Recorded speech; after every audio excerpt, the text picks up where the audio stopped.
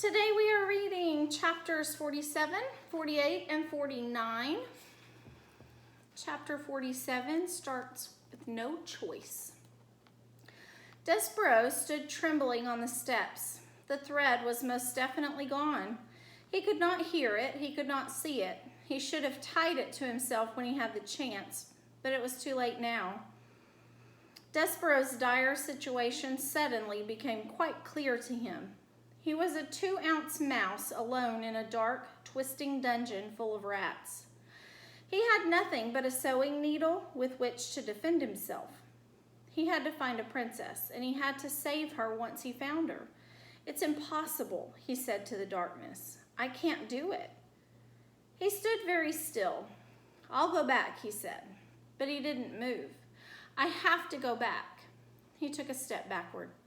"But I can't go back. I don't have a choice. I have no choice." He took one step forward and then another. No choice. His heart beat out to him as he went down the stairs. No choice, no choice, no choice. At the bottom of the stairs, the rat, Botticelli, sat waiting, and when Despereaux stepped from the last stair onto the dungeon floor, Botticelli called out to him as if he were a long-lost friend. "Ah," said Botticelli, "there you are. Exactly. I've been waiting for you." Despereaux saw the dark shape of a rat, that thing that he had feared and dreaded for so long, finally step out of the gloom and come to greet him. "Welcome, welcome," said Botticelli. Despereaux put his paw on the needle. "Ah," said Botticelli, "you are armed. How charming." He put his paws up in the air. "I surrender. Oh, yes, certainly. Exactly, I surrender." "I," said Despereaux. "Yes," said Botticelli, "you." He took the locket from around his neck. He began to swing it back and forth. "Please go on." "I don't want to hurt you," said Despereaux. "I just need to get by you. I am on a quest." "Really?" said Botticelli. "How extraordinary, a mouse on a quest." Back and forth went the locket. "A quest for what?" "A quest to save the princess." "The princess," said Botticelli. "The princess, the princess. Everything seems to be about the princess these days. The king's men were down here searching for her, you know. They didn't find her. That goes without saying. But now a mouse has arrived, and he is on a quest to save the princess." "Yes," said Despereaux. He took a step to the left of Botticelli. "How inspiring," said Botticelli. He lazily took a step to his right, blocking Despereaux's way. "Why the hurry, little friend?" "Because," said Despereaux, "I have to." Yes, you have to save the princess." "Exactly. But before you save her, you must find her, correct?" "Yes," said Despereaux. "What if," said Botticelli, "what if I told you that I know exactly where the princess is? What if I told you that I could take you right directly to her?" Said Despereaux. His voice shook. His paw on the needle trembled. "Why would you do that?" "Why would I do that? Why would I help you? Why, to be of service, to do my part for humanity, to aid in the saving of a princess. But you are a rat?" supplied Botticelli. "Yes, I am a rat, and I see by your trembling that the greatly exaggerated rumors of our evil nature have reached your oversized ears."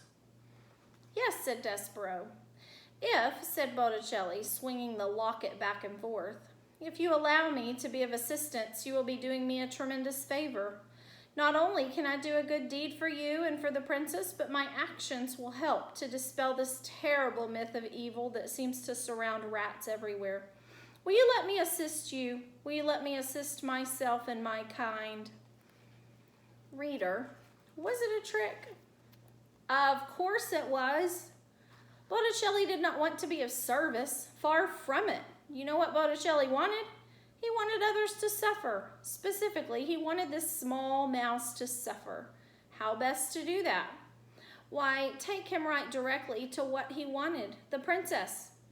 Let him see what his heart desired, and then, and only then, faced with what he loved, would Despereaux die. And at the end of it all, how tasty the mouse would be, seasoned with hope and tears and flour and oil, and thwarted with love.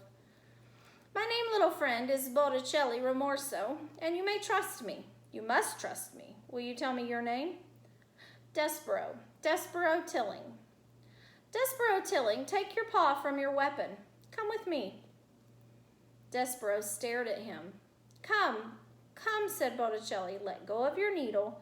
Take hold of my tail. I will lead you to your princess, I promise. What, reader, in your experience, is the promise of a rat worth? That's right. 0, zip, nada, goose eggs. But I must ask you this question too. What else was there for Despereaux to hold on to? You're right again. Nothing. And so the mouse reached out. He took a hold of the rat's tail. Chapter 48, on the tail of a rat. Have you ever had hold of the tail of a rat? At best, it is an unpleasant sensation, scaly and cold, similar to holding on to a small, narrow snake. At worst, when you are dependent upon a rat for your survival, and when a part of you is certain that you are being led nowhere except to your death, it is a hideous sensation. Indeed, to have nothing but a rat's tail to cling to. Nonetheless, Despereaux held on to Botticelli Rimorso, and the rat led him deeper and deeper into the dungeon. Despereaux's eyes had, by this point, adjusted quite well to the darkness, though it would have been better if they had not, for the things he saw made him shiver and shake. What did he see?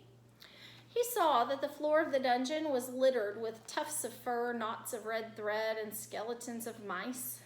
Everywhere there were tiny white bones glowing in the darkness. And he saw in the dungeon tunnels through which Botticelli led him the bones of human beings, too. Grinning skulls and delicate finger bones rising up out of the darkness and pointing towards some truth best left unspoken. Despereaux closed his eyes, but it didn't help. He saw, as if his eyes were still open wide, the bones, the tufts of hair, the knots of thread, the despair. Ha ha, exactly. Botticelli laughed as he negotiated the twists and turns. Oh, yes, exactly. If what was in front of Despereaux was too horrible to contemplate, what followed behind him was perhaps even worse. Rats, a happy, hungry, vengeful parade of rats, their noses up in the air, sniffing and sniffing. Mouse, sang out one rat joyfully. Yes, oh yes, mouse, agreed another. But something else too. Soup, called out another rat. Yes, soup, the others agreed. Blood, sang a rat. Blood, they all agreed together. And then they sang, here, mousy, mousy, mousy, here, little mousy. Botticelli called out to the other rats. Mine, he said. This little treasure is all mine. Gentlemen and ladies, please, I beg you, do not infringe on my discovery. Mr. Rimorso, said Despereaux. He turned and looked behind him and saw the rats, their red eyes and their smiling mouths. He closed his eyes again. He kept them closed. Mr. Rimorso, he shouted. Yes, said Botticelli. Mr. Rimorso, said Despereaux, and he was crying now. He couldn't help it. Please, the princess. Tears, shouted the rats. We smell tears, Mousie, we do. Please, shouted Despereaux. Little friend, said Botticelli, little Despereaux Tilling, I promised you, and I will keep that promise. The rat stopped. Look ahead of you, he said. What do you see? Despereaux opened his eyes. Light, he said. Exactly, said Botticelli. Light. Chapter 49. What do you want, Midgery Sow? Again, reader, we must go backward before we can go forward. We must consider for a moment what had occurred with the rat and the serving girl and the princess down in the dungeon before Despereaux made his way to them. What happened was this. Roscuro led the pea and Midge deep into the dungeon to a hidden chamber, and there he directed Midge to put the princess in chains. Gore, said Midge. She's going to have a hard time learning her lessons if she's all chained up like. Do as I say, said Roscuro. Maybe, said Midge. Before I lock her up, her and me could switch outfits so we could start in already with her being me and me being a princess.